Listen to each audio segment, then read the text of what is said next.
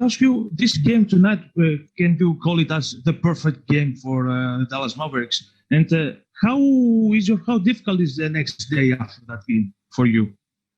The next what? The next day, the next practice. Well, the next practice is going to be not tomorrow, but the next day. And, we just talked a little bit about that.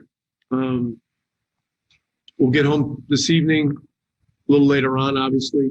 And tomorrow's an off day. We have not had an off day since it was a week ago today. And we usually go no longer than 4 or 5 days at the most without taking a full day off. Just, you need a mental recharge. You need to clear your head and get away from the game, So this has been a tough stretch, 2 national TV games, a lot of attention, a lot of focus, that kind of stuff. So tomorrow, everybody should clear their heads. We come back in with that'll be Tuesday. We need to have a good practice and get ready for Charlotte.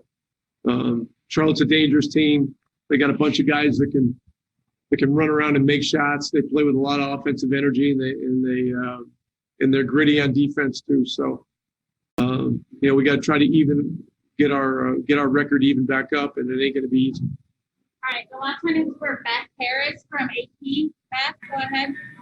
Yeah, hey Rick. I mean, when you're up like that by 50 at halftime, what do you tell your team? I mean, and most teams will make a comeback in the second half, but you guys didn't even allow that, really. Yeah, look, it's a long season, and look, 50-point leads at halftime, are once in 2 decades in this league. They just don't happen very often. So we got to look at things big picture wise. First of all, we had 24 minutes left to play in the game. The second thing is the challenge of maintaining that level of competitiveness. And the third thing is, this in the first half, our guys established a standard for collective toughness and will that we need to find a way to maintain.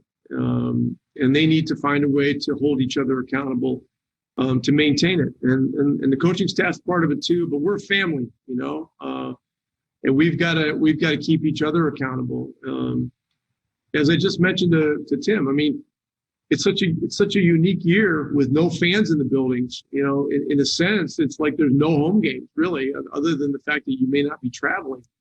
And you got a little ambient noise going on, from the sound system. So, the teams that can find it within themselves, to really compete on a really consistent basis are going to have the best chance of success.